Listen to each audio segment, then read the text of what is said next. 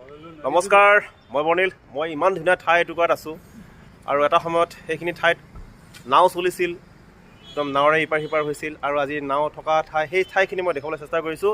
এয়া চাওক, এয়া হ'ল ভৰলু।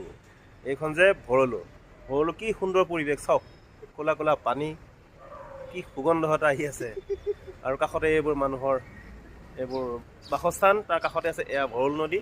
নদীৰ পৰা এইটো নলালৈ পৰিৱৰ্তন হৈছে।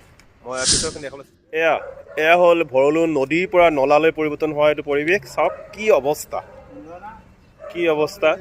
আৰু গোটেই গুৱাহাটীখন এই নদীটোৱেই, এই নলাটোৱে মানে বদনাম কৰি আহি আছে। আৰু বাহিৰৰ পৰা যেতিয়া কোনোবা খেলুৱৈ আহে এইখনে ঢাকি দিয়ে। চাওক অৱস্থা, কেনেকুৱা এটা অৱস্থা। এই হ'ল ভৰলু।